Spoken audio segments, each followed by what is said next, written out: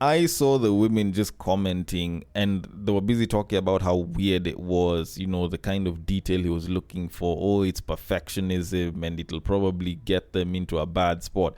And honestly, I found this to be very funny, more so because it was coming from women, because out of the entire time, the one thing that just kept just clicking in my mind was, the royal penis is clean, Your Highness.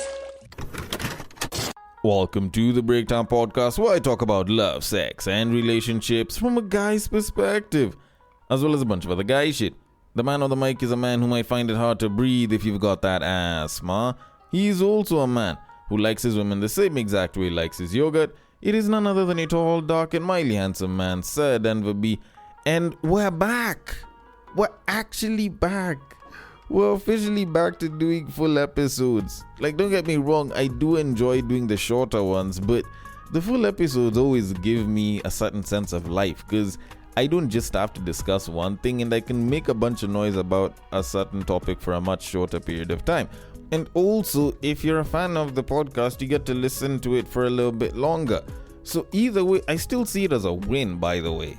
But all in all, welcome back to the full-length episodes of the podcast. I hope you enjoy them. I hope you listen all the way till the end, especially considering that this episode is just going to involve me going off. And for the most part, if you're a babe, there's a chance that you might get triggered. But I do all of this with love, and I would like to at least state that this episode is on accountability. So maybe if you're getting triggered, you might be having some issues with accountability. And considering that I am going to get into quite a bit that requires some level of accountability, but also just emotional and even just overall self-awareness to some degree, I do hope that you don't catch too much of a feeling such that you stop listening, and that, you can at least listen all the way till the end.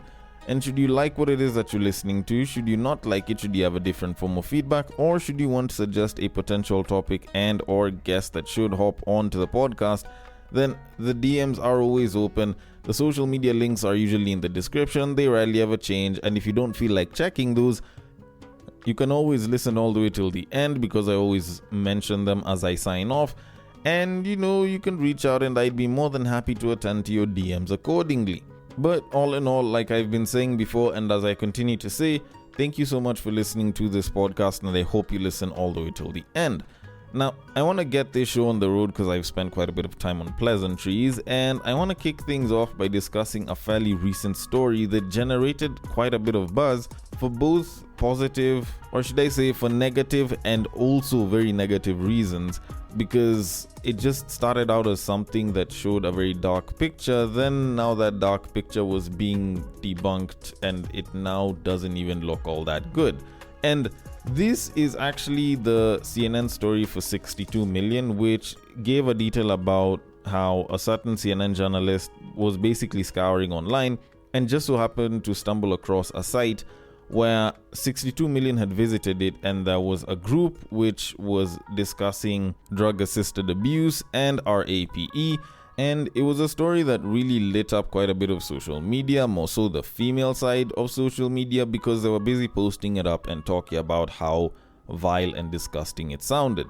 Now, a lot of people did take that story and kind of post it up, and quite a number of those people were influencers, and they were talking about how 62 million men attended a quote-unquote RAPE academy.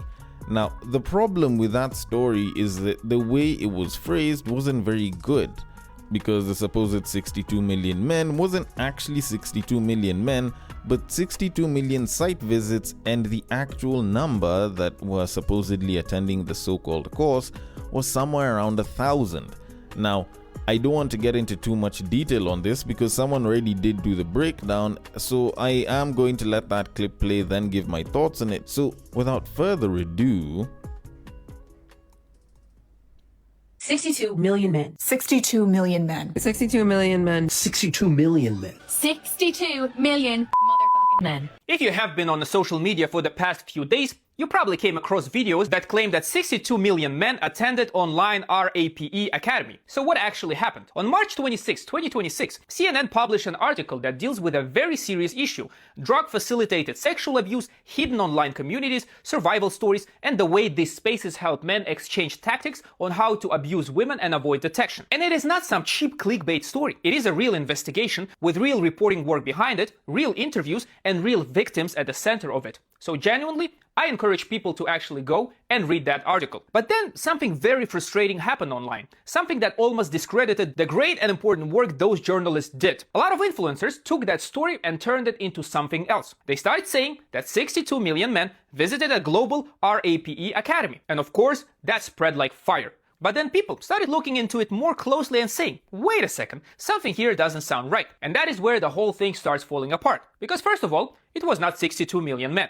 The viral claim was taking a visits number and turning it into men. Second, it talked about the visits on the porn site, overall visits, not separated by gender, specific category, or any other way. Third, the specific RAPE Academy element people were talking about was tied to a Telegram group that the report describes as being around 1,000 members, which is still disgusting, still horrifying, but it is obviously not the same as saying 62 million men attended some online course in RAPE. That is not a small mistake. That is not a little wording issue. That is a massive misrepresentation of what people were actually looking at. And then, of course, some of the people who spread it came back with the usual defense. Who cares if it was men or visits? Who cares if the number was wrong? Who cares if it was misrepresented? What matters is the message. No, that is not how this works. Because the message does matter, but the facts matter too.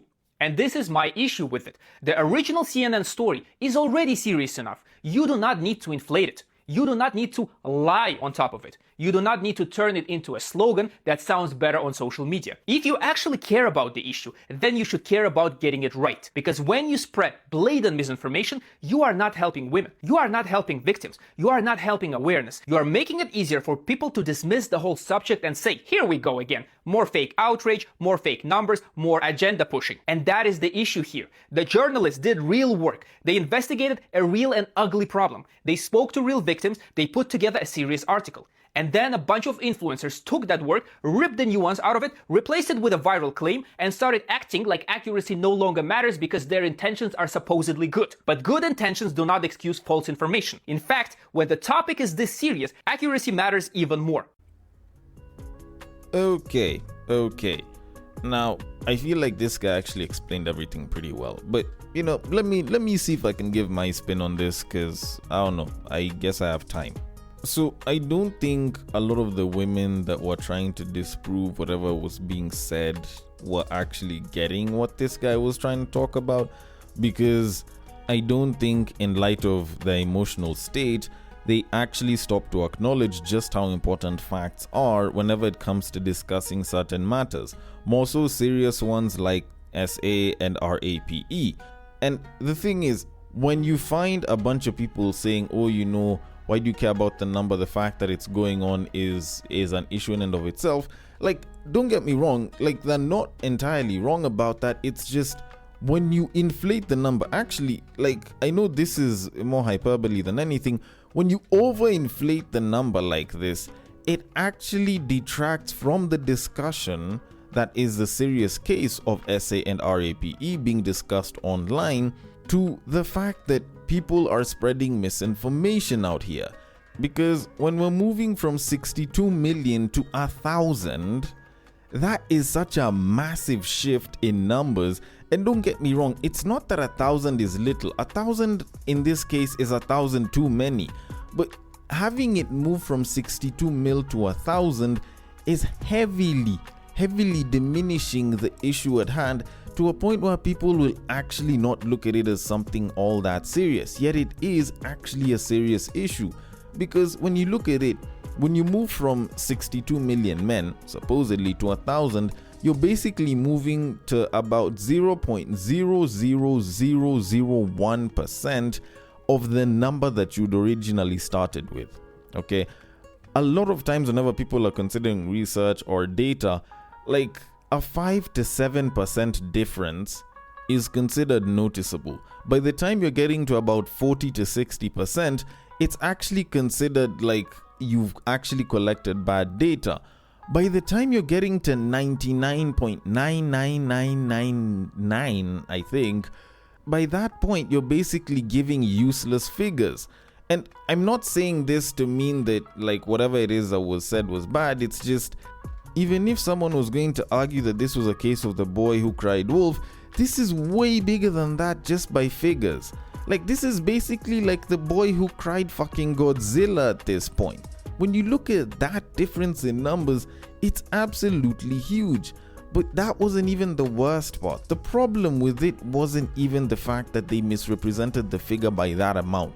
At least they had a point at which they could have made that misrepresentation, because they misrepresented the site visits, the overall site visits, with the specific group that was linked to this. And that's an error that people can make, and a lot of people have made before.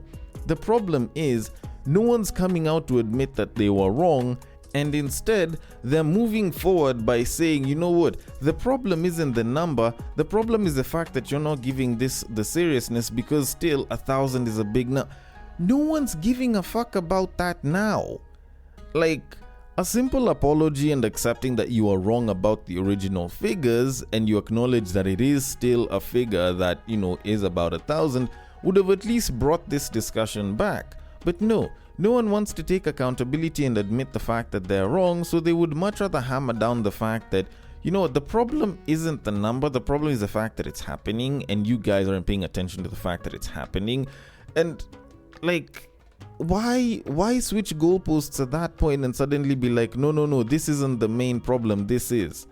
Like, that's actually the biggest problem affecting a lot of these discussions as far as online discussions on such topics are concerned, because when you decide to switch goalposts like this, not only are you moving from misinformation to outright lying, it legit just makes it seem as though whatever claims were made were absolutely baseless. And don't get me wrong, like, this was, like the guy said in the clip, genuine work that was done by actual reporters in a very professional way.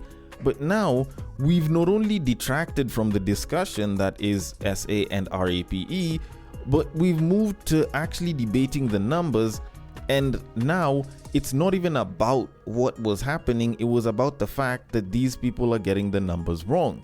And you might think that, it's a deflection tactic of sorts, but when you actually look at it, if you are spreading misinformation about a subject or a topic and people figure out that you're spreading misinformation, people stop caring a lot more, or even at all, at said topic, okay? This is something that women online have complained about before, and we're now giving you guys a chance to come through with facts and figures explaining just how big of an issue this is. And we're ready to have that conversation, but you decide to come through with errors as far as figures are concerned, and when we give you a chance to actually fix those errors, you decide to gaslight and backpedal and hop from goalpost to goalpost, and you think that we're supposed to give it the same seriousness that we're supposed to give it. Like, I'm not saying that we shouldn't give it any seriousness, but when you're giving shit figures and then you're choosing to not accept that you gave shit figures and at least try to realign your story, suddenly we're the ones on the wrong. And you wonder why men usually don't give a lot of this seriousness online. Don't get me wrong, I'm not saying that men shouldn't give this seriousness. It's just the way this is being addressed is precisely why we as men find it very hard to support a lot of women on some things, because you guys aren't admitting where the wrong is. You're just trying to move around it and then think that we're supposed to move around it with you. Like, come on, bruh. Anyways, with all of that said, maybe I could be right, maybe I could be wrong. Either way, I am going to leave it at that and move it on to our main topic of this episode. And to be quite honest, this one was a little bit funny to me, to kind of take a break from whatever seriousness I was discussing earlier. And it was the fact that a guy was on a certain YouTube show and he decided to mention the fact that he was looking at his potential wife's genetics. They are married now, but he decided to look at his girlfriend's genetics, and that was what kind of sealed the deal for him as far as a life partner is concerned. And the way women reacted was very, very interesting. Now, I am going to let the clip play. Now, the show in topic was the Stephanie Nganga show, and the guy that was talking about selecting his babe as his wife because of genetics is a man by the name of Ian Wafula. And I want to let the clip play, then I can get into my thoughts on it, because there's something very funny in this that I don't think a lot of women realize. But once I bring it out, maybe they might realize the error in their ways. So, without further ado... Well, we used to spend a lot of time together, those times that I noticed that she's so bubbly, and I knew that she was the one. Then, I started looking for things to cement that feeling. So, I wanted to have children. And so, I looked at Michelle's features and figuring out if she's going to be the mother of my children. Oh, wow. Okay. Yeah. So I liked her eyes, and I thought that, this would be very nice eyes on my children. She has very nice cheeks. So these would be very cute cheeks, my children. And then I looked at her hair, and she had braids on that day. Yeah. So I looked at the roots of her hair. Yes. She was sleeping. She was sleeping on bed there, she was sleeping on my lap. So I looked at the roots of her hair, and I saw like there were big, thick roots. Her hair was quite healthy from This is like so new to me. I'm like, wow. You've never seen that, yes. Yeah. Oh, I chose genetics as well. So I knew we have to pass down very nice genes. And then when she woke up, I told her, me and you, we're going to have 3 children. And you did? No, we have more. You have 4? But Michelle has given birth 3 times. Okay. Yeah. All right. So. Okay. It is a particularly interesting clip, and dude did say his piece. It's just, I find it very interesting, the similarities but also differences in my desires and his, because he was looking for very thick roots on his babe.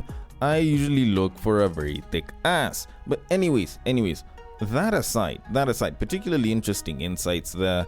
And I'm not gonna lie, like what the guy was looking for, especially when you get to the hair part, was actually very, very interesting. Normally you never hear guys talking about that. Even when I'm sitting down like chatting with my guys, I never hear them talk about like a babe's hair and the quality of that hair.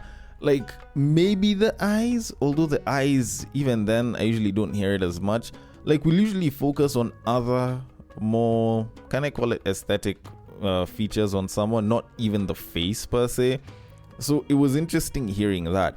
And even for Stephanie Nganga, the lady that was interviewing this guy, she probably also found the whole thick root hairs thing to be very, very interesting and a bit peculiar. But the more interesting part was actually the comments, because like women that were busy talking about it were busy talking about how like this seems creepy, like not creepy at all.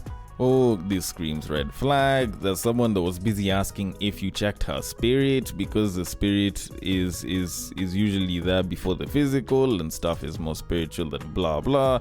Like people were busy talking about, oh, we're so cooked because why genetics? Is it why people are marrying now? Like I saw the women just commenting, and they were busy talking about how weird it was, the kind of detail he was looking for. Oh, it's perfectionism and it'll probably get them into a bad spot. And honestly, I found this to be very funny, more so because it was coming from women, because out of the entire time, like the one thing that just kept clicking in my mind was, do these women know that this is the exact same thing that they usually do, and they do it a lot?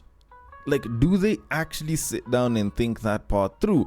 And I know there's someone that's gonna be like, oh, I never do this, I never do that. Or, oh, Denver, you're just chatting a bunch of shit. You don't even know that for sure. And the thing is, I know that women do this, because I get these comments all the fucking time. Like, women for years have talked about having kids with me, and they've spoken about whether the kid will be attractive, whether the kid will have good genetics and shit.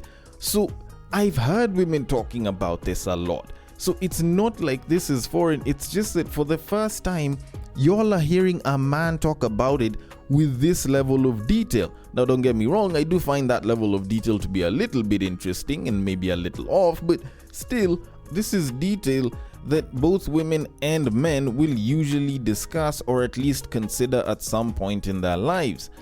Because I have heard all manner of women busy talking about this with me, whether it's babes that are interested in me, whether it's babes I'm interested in, whether it's aunts, whether it's other people's mothers. Like, they've spoken about, oh, you know, Denver, if you have kids with so and so, at least we know they'll be attractive. Oh, you know, if you're with so and so, at least the genetics will be good. Oh, you know, if you have kids with me, then at least we know that if anything, at least the kid will be beautiful.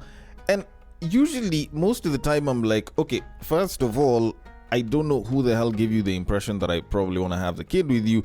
But also on top of that, why are you making the wild assumption that you have great genetics or you will probably be part of making that baby good looking? Now, don't get me wrong, that sounds like a very dickish statement. And you know, like maybe I'm tooting my horn and saying that I'm attractive. But truth of it is, you know, to some degree, you do kind of have to question it to some level, right? But all in all, what I am trying to say is the whole discussion on genetics and passing down stuff to kids is something that has actually been done for years, since time immemorial. Actually, it is quite literally the basis of how mate selection was being done since the beginning of fucking humanity, at least as far as our data has been recorded. Because you think about something like pre-selection bias, that is basically the same exact thing, but on an intrinsic, mostly subconscious level. Because the idea behind pre-selection bias wasn't primarily based on getting the nicest or the sweetest or the most caring mate. It was usually about getting the mate that's already been pre-selected on both a stability but mostly on a genetic level, because you did not want to get yourself a mate that had any hereditary issues or have any bad genes that would end up being passed on to offspring. Keyword being offspring, aka children. Okay, so when you look at it, people have been selecting for genetics since time immemorial. So the fact that there's babes out here busy looking at it like it's a bad thing is something that I find to be very, very odd. Now, don't get me wrong, I'm not saying that it's the primary and only reason that people use for mate selection, but it is one of the ones that's existed for the longest time. Actually, the one that has existed for the longest time. And of course, mate selection has evolved over time, and it's not the only thing that people look for, but it is definitely one of the things that a lot of people tend to look for. If you want a very nice example of this, think of the very, very dark guys. There's a pretty high likelihood that they will probably be looking towards or have a type which is a light-skinned babe. And oftentimes they will usually be trying to approach such babes in some sort of effort to, I don't want to say lighten, but probably have kids that are a little bit lighter. So this is something that has happened for a very long time, and you see this happen time and time and time again. Now, does it mean that we are confined by our genetics? Of course not.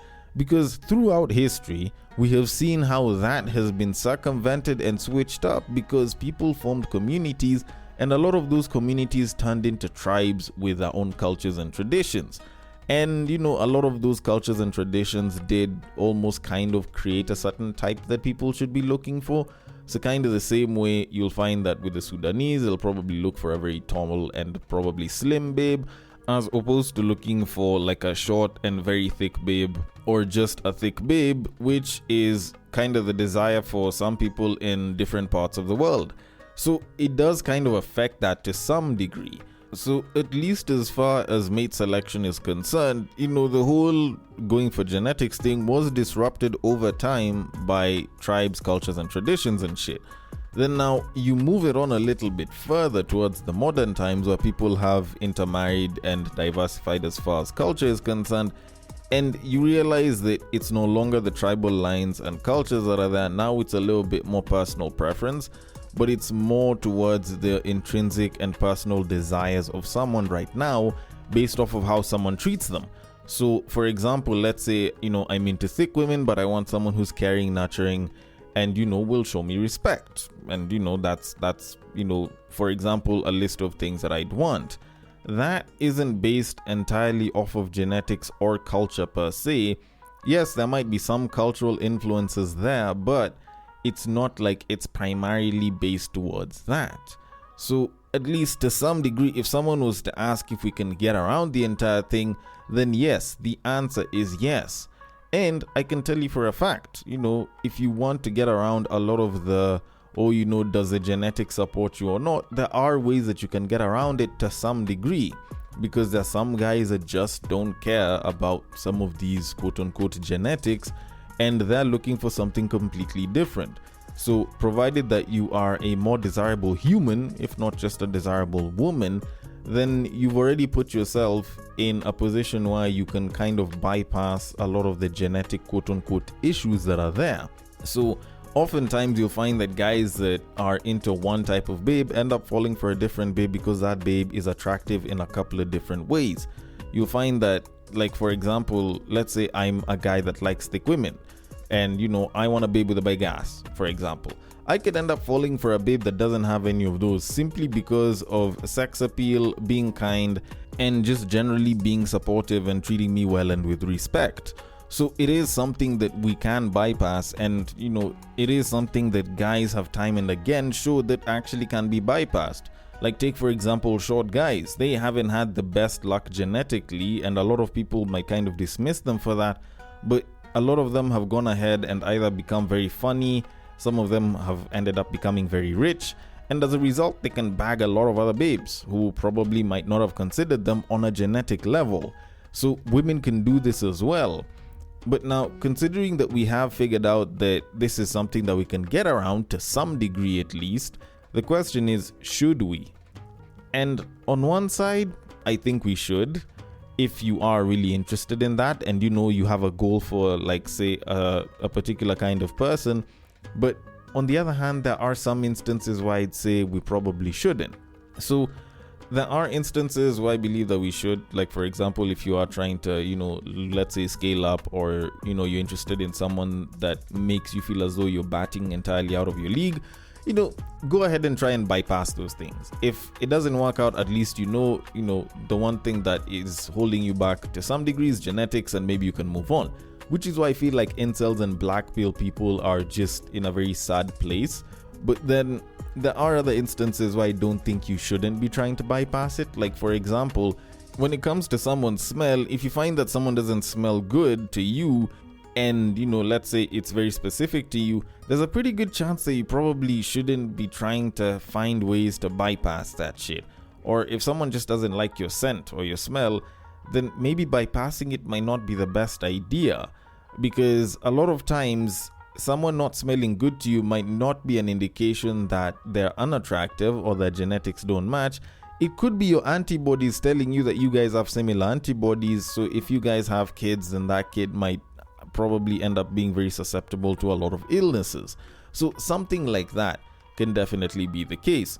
There are other cases, like, for example, hereditary illnesses, although that one is being solved by science as we go along, so maybe that one's a comme ci comme ça type of situation. But overall, I do believe that there are some that, should be at least paid attention to, and there's others that you can probably bypass and kind of move along ahead.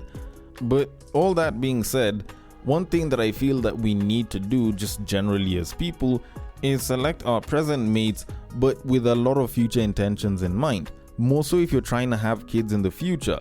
Like, what it is that you want from a partner, all of that's great and good, but at the end of the day, you also need to consider the kind of sort of parental figure that they will be to your child, and even what possible genetics they'll probably be passing down to the kid. At least to some degree. It doesn't have to be the main thing. I probably hope that it isn't the actual main thing, but at least to some degree, you should be considering genetics. And to kind of conclude all of this, what I am trying to say is there's nothing wrong with selecting for genetics. Honestly, there is nothing wrong. But it shouldn't be the only thing that you look for, and that's why standards and preferences exist. Hopefully, they don't contravene whatever desires you have of genetics, but, in case they do, maybe you should go and review those desires and preferences again. Although, then again, I could be wrong about this and maybe I'm just chatting a bunch of shit, but either way, I want your thoughts on it. The DMs are open. On IG, it is at the Breaktime_podcast. On Facebook, it is at the Breaktime Podcast. On X, it is at Bagaka the D. And on Bluesky, it is at the breaktimepod.bsky.social. Thank you so much for listening all the way till the end, and I will catch you guys on the next break. But what I believe is that if you put a pastor and a prostitute in one room, one is likely to convert the other.